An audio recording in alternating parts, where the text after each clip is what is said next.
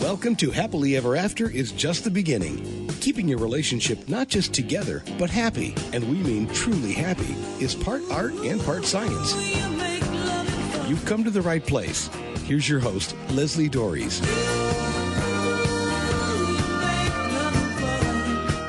Humility is defined as a modest or low view of one's own importance, to be humble.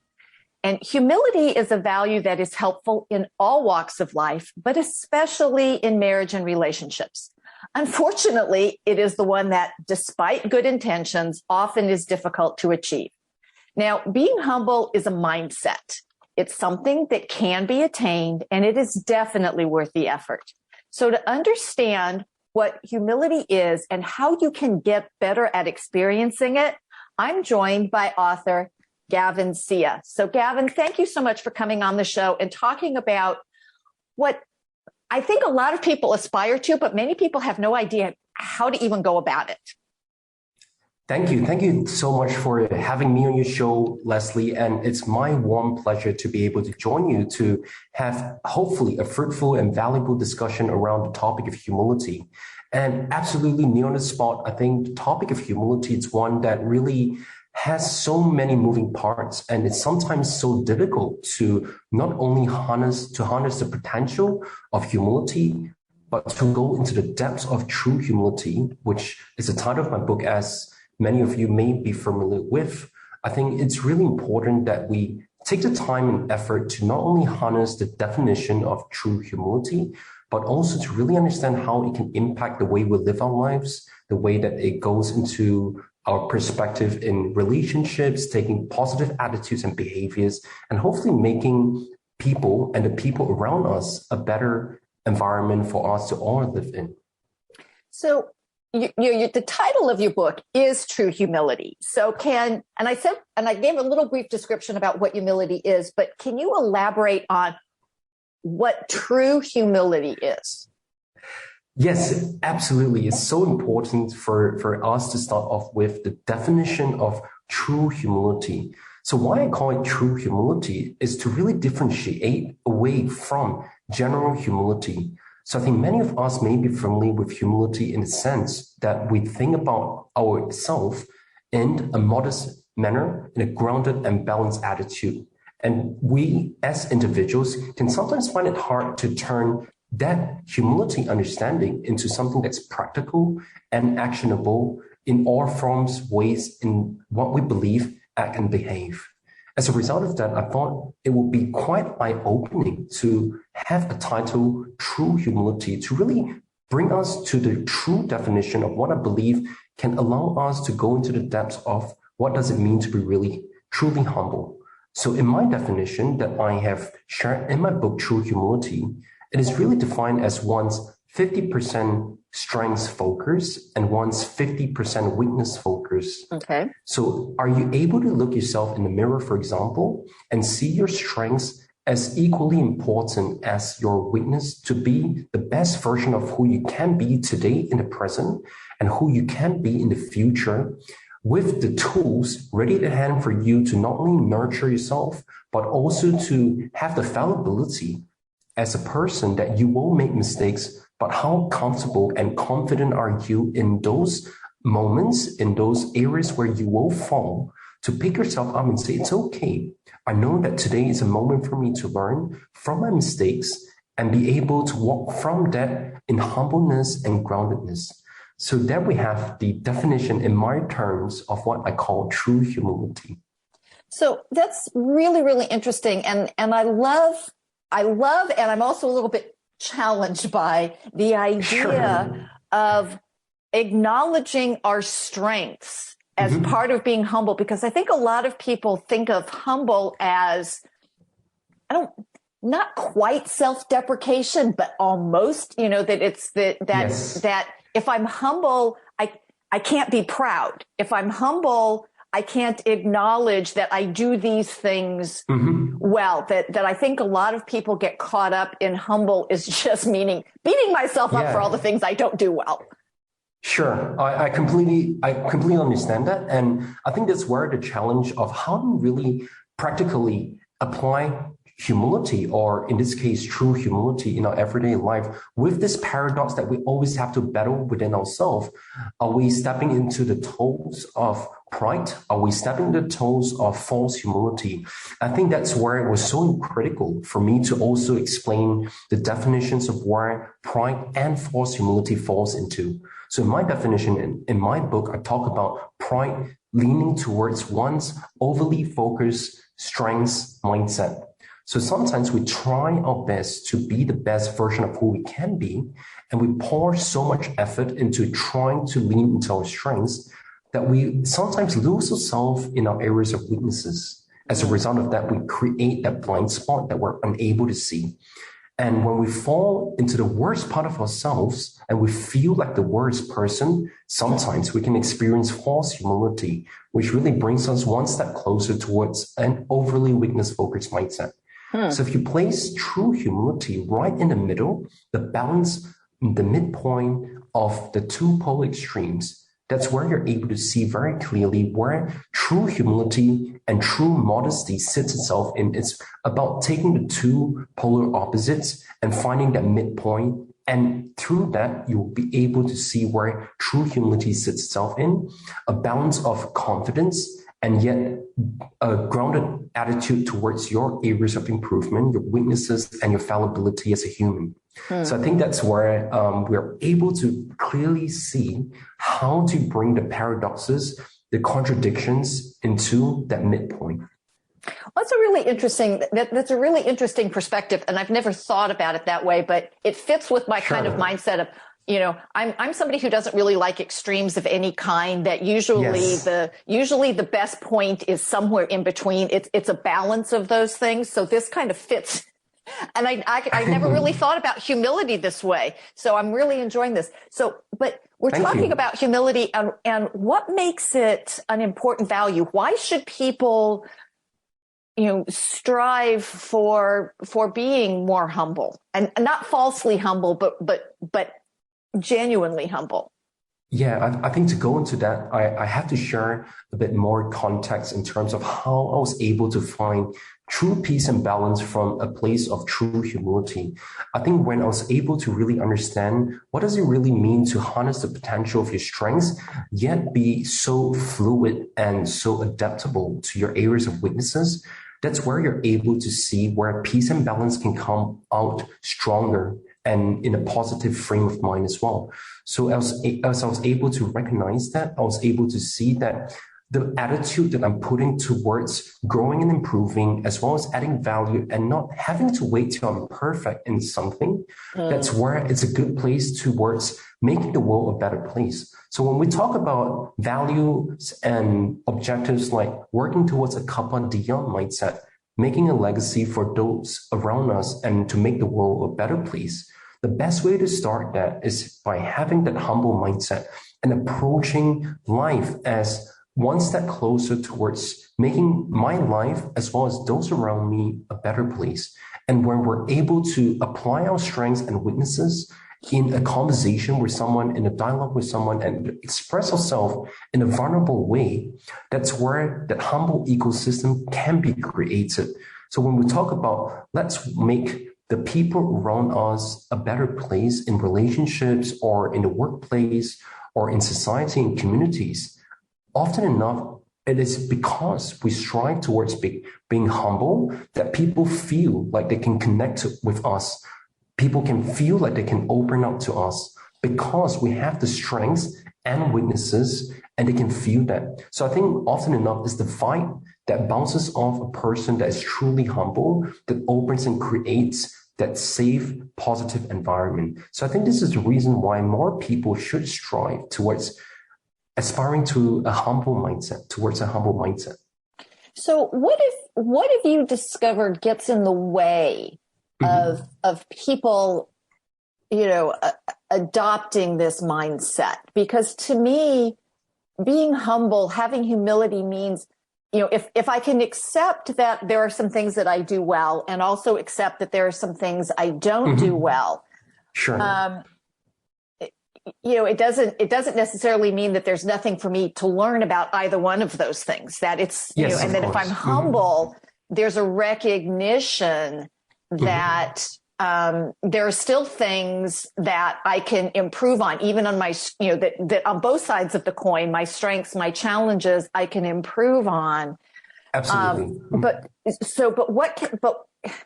what gets in the way of people just accepting that, especially when we're talking about being in relationships, because, that's especially a marriage, that's a real test of all our character, I think. Yes, I completely agree. I think it's an acid test in terms of the way that we apply humility.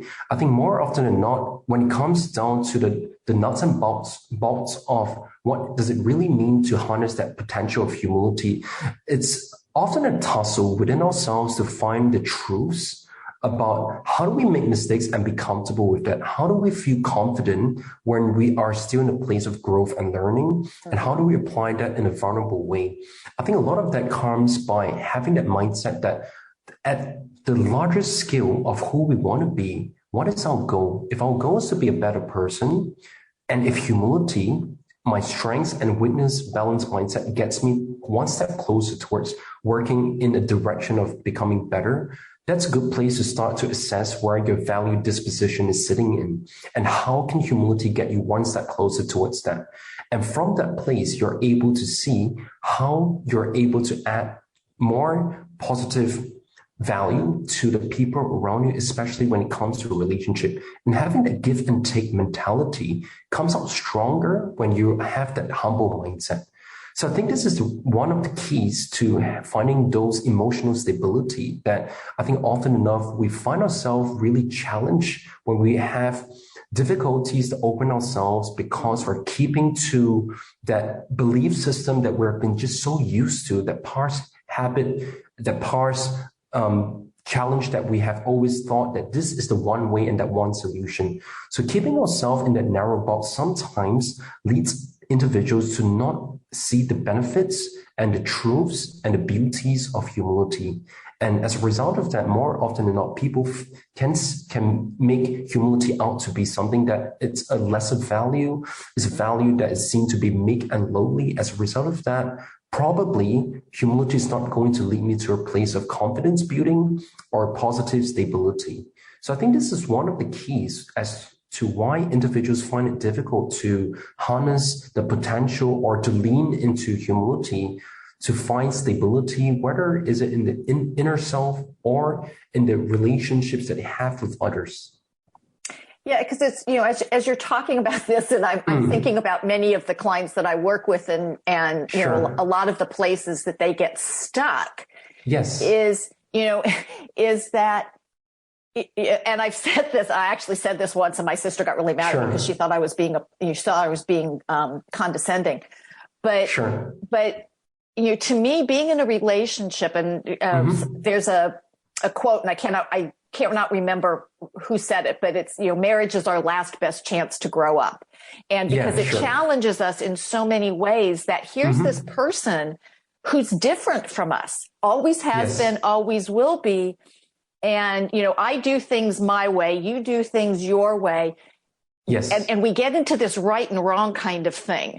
You're doing it wrong. It's like, well, it works. So I'm not really, I'm just doing it in a way that's comfortable for me. But that kind of seems to stir up these feelings of inadequacy. So how does that kind of work with humility? Because I would think that, any characteristic, there's positive and not positive aspects of the same characteristic. So I'm wondering if humility is the flip side of inadequacy. Is that even close? Well, I think there's so many different moving parts in what you've just shared. And I think it's important to see from a perspective of where true humility is. It's not really just sitting itself in a binary 0 or 1, winning that it's not a win or lose sum and or game, whether is it in terms of solving or resolving an ongoing situation where there are differences between individuals. Say, for example, we are having disagreement about something. Does it mean that you're right or I'm wrong? No, probably not. It's we are working towards a solution and a goal. And if humility, by us having that approach that perhaps I'm not sure what solution we could take, but let's do it as a team. Let's do it as a collective. Let's put our hands together with our collective strengths and weaknesses, and let's try to resolve to something that we can feel comfortable towards a goal, an objective that we can hopefully aim to aspire in a positive frame of mind. So I think often enough, it's about having that humility to not only work towards a solution, but sometimes it's about even two parties could be in a place of weaknesses. Two parties could be in a very negative space. But if both parties recognize that we need to work towards our strengths, we need to play to our strengths and work ourselves away from a place of false humility. In my definition, that means that we are working away from an overbalanced perspective and working to a perfectly finely poised balance of our strengths and weaknesses. So I think that's where, that could be helpful in a situation where individuals could find themselves in a tough spot and work towards a collective solution instead of beating each other up because of those differences that they find themselves in. Oh, I love that. So this is Happily Ever After is just the beginning on webtalkradio.net. I'm talking about the importance of humility with author Gavin Seah. And if you struggle with needing to be right, with apologizing, with making room for your partner, you may actually have an issue with humility. And this is damaging your relationship. If you want to be better at being a team player, at being a better partner, then I can help. And if you're ready to make a change, I invite you to get in touch with me and schedule your free, no obligation, 5-star relationship consultation. You can reach me by email at Leslie, Lesli, at foundationscoachingnc.com. That's FOUNDATIONS, coaching, N as in Nancy, C as in Charlie.com. Or you can reach me by phone at area code 919-924-0463. Again, that's 919-924-0463. And now I want to get back to this important conversation about humility. So Gavin, in your book, you talk about this, and how does humility relate to emotional stability? Very good question. And I think to go into that, we really have to understand three moving parts in the conversation that we have started today. So I think when we're able to see true humility, it's about you're able to see the extreme ends of the value disposition of where true humility is, where pride is, and where false humility is. The same notion, you can apply that to emotional states. So emotional states, the three overarching emotional states are positive emotions, neutral emotions, and negative emotions. So if we see positive emotions to be in the center and negative and neutral emotions are at the polar extremes, that's where we're able to see that when true humility's application of one's strengths and weaknesses are in line with your positive emotions, that's where you have emotional stability. So for example, if you're working towards a goal as a team, it's about collectively working towards a positive goal. So that's an overall objective that you're working towards. If the negative emotions are not helping us as a team to get towards that goal, perhaps we are not anywhere close to a collective true humility and a positive emotional outcomes that we're hoping to seek towards. And once we are able to find that alignment, it becomes really clear what is the goal and objective that we can all aspire to work towards. So this is how true humility becomes that facilitator towards positive emotions and eventually bring us one step closer to stability and the calm that we're seeking to endeavor towards. That's a really interesting perspective. And this idea of, the harder emotions, the ones that get, the ones that don't make us feel good, the ones that create some challenges. So if I'm experiencing one of these harder emotions, maybe, my partner and I are working towards a solution and something happens and I don't react well. I get frustrated. I feel anger. maybe I feel hurt by something my partner says. In the idea of true humility, what do I do with those? I mean, I'm feeling them, Yes. right? How do I handle them? Yes, I love the question because it brings me to one of the key applications that I discuss in my book, which is called True Humility ART Test Method. So what does ART stands for? It stands for assess, reflect, and think. Okay. So we sit down together in this difficult situation that we find ourselves in. We have all these emotions that we're keeping, and it's bringing us to a place where we feel like we need to express them. We need to tell the other person how we're feeling so we can get one step closer towards a solution. So I think more often than not, it's about starting first with an assess. Assess what went well and what didn't go so well. Why are we feeling what we're feeling? Because sometimes those negative emotion that comes up, it guides us towards those negative emotional states. As a result of that, we're making the situation seem worse than it might have been, if not for assessing the situation. And going to the reflect, it means that we reflect on what happened to applying our true humility. Are we applying our strengths in this situation? Are we applying our collective weaknesses in this situation? And think about what we can do to work towards a future positive goal together. So perhaps it's about opening up to potential possibilities where we're vulnerable enough to say that perhaps I'm wrong in this situation.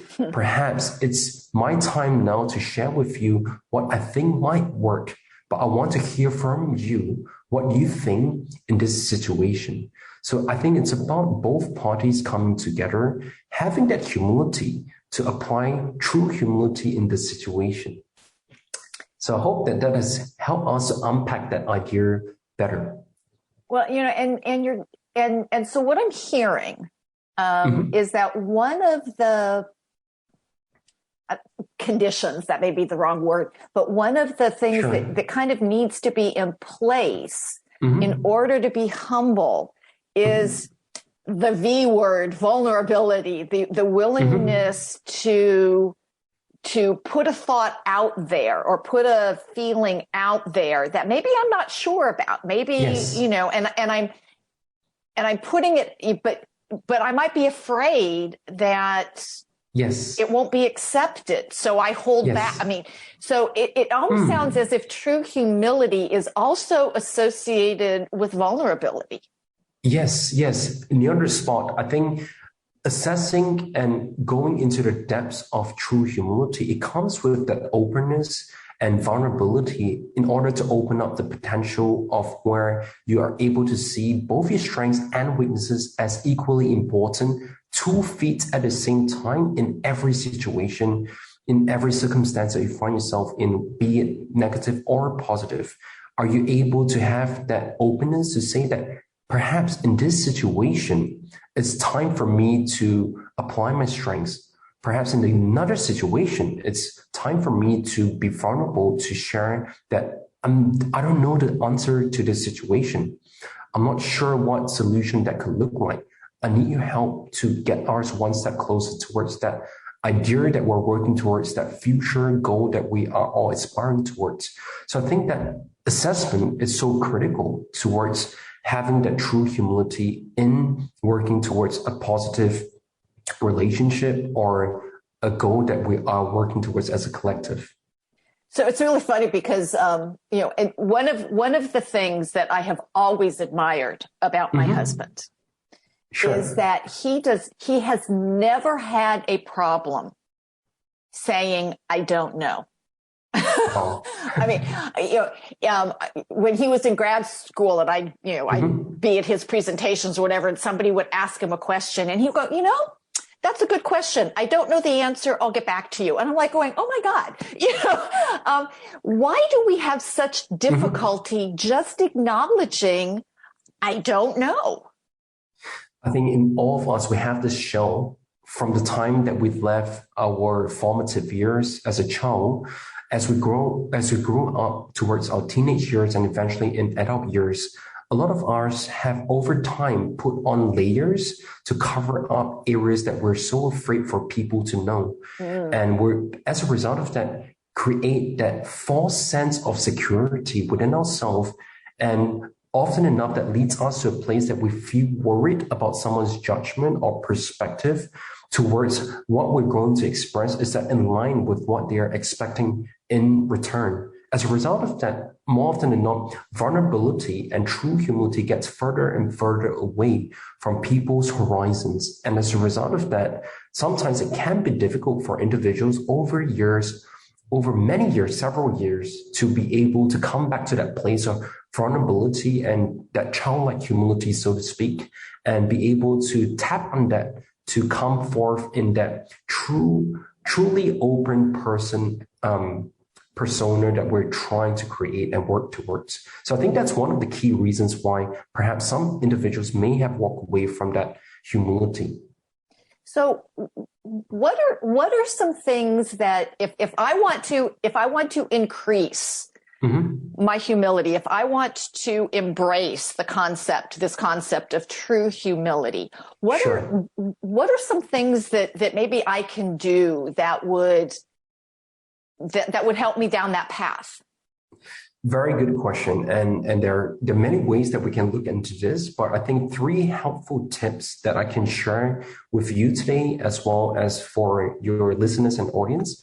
The first is, how often are we spending our time worrying about what should I do to make myself happy? Why am I constantly not feeling at peace with my life, in my present, as well as the tools that I have in place? I think often enough, we start from that perspective, and as a result of that, we often enter into a really vicious cycle, because we go from what should I do to make myself happy, go through the process of finding solutions, and we end up in a place where we tell ourselves that I'm never going to find happiness. I'm never going to be good enough to solve this situation. So that's the first key. The second tip that I think can be really helpful is that once you've accepted the situation you're in, be it positive or negative, or even in a place where you find yourself not to be in a stable zone where you're still trying to work out your purpose or your answers, don't worry, accept the situation. Instead of focusing on what you can't resolve, focus on your existing strengths and weaknesses to resolve the situation. So it could be your courage, it could be your resilience, it could be your persistence. Combining it with your weaknesses, maybe you're not so strong in conversing. Perhaps you're not so good at communicating your frustrations with your partner or your co-worker. So a lot of that has to do with finding that ability to weave your weakness and your strengths in a given existing present situation. The third tip that I think can be really helpful is think of a big goal, a big vision. Could it be, I want to make my existing situation a better place? And more often than not, those positive emotions will spring out from that situation because you have dedicated yourself to wanting to work towards a positive frame of mind. And from that place, you will know where your strengths and weaknesses can be funneled to solve and resolve the existing situation, to bring you one step closer towards a brighter future. So I think those are 3 helpful tips that I can share that can empower us to increase our true humility. Well, and it sounds as if mindfulness, becoming more aware of, is a huge aspect of this. And it's the idea of becoming aware without judgment, which I think is is a challenge for lots of us. I mean, I know that I'm guilty of severe judgment of myself. One of my least favorite words in the English language is the word should, because that's a judgmental word as far as I'm concerned. That when that word shows up, it's like, oh, okay. And that also takes us out of the present. And it's this balance of past, present, future, because, we are impacted by the past. We're living in the present. We're focused on the future. And somehow we have to find this balance. And it Yes. sounds as if humility might be a pathway to that balance. Is that what I'm hearing? Yes, I think elements of what you've mentioned in terms of being really aware of where your thoughts are driving from and towards. It leans itself into our understanding of our past, present, and future. You're right in the sense that those time charts and time paradigms, it crosses into our understanding of true humility, because when you're able to tell into your present moment and where you're at, drawing from even your past strengths into your future objective and goals, those elements will come in stronger when you have that true humility perspective. Say, for example, you're in a very difficult journey where you have weeks and months of just negative circumstances, negative situations, and you can't seem to control those issues and emotions coming through. Mm-hmm. More often than not, we have to lean into our past strengths to balance ourselves.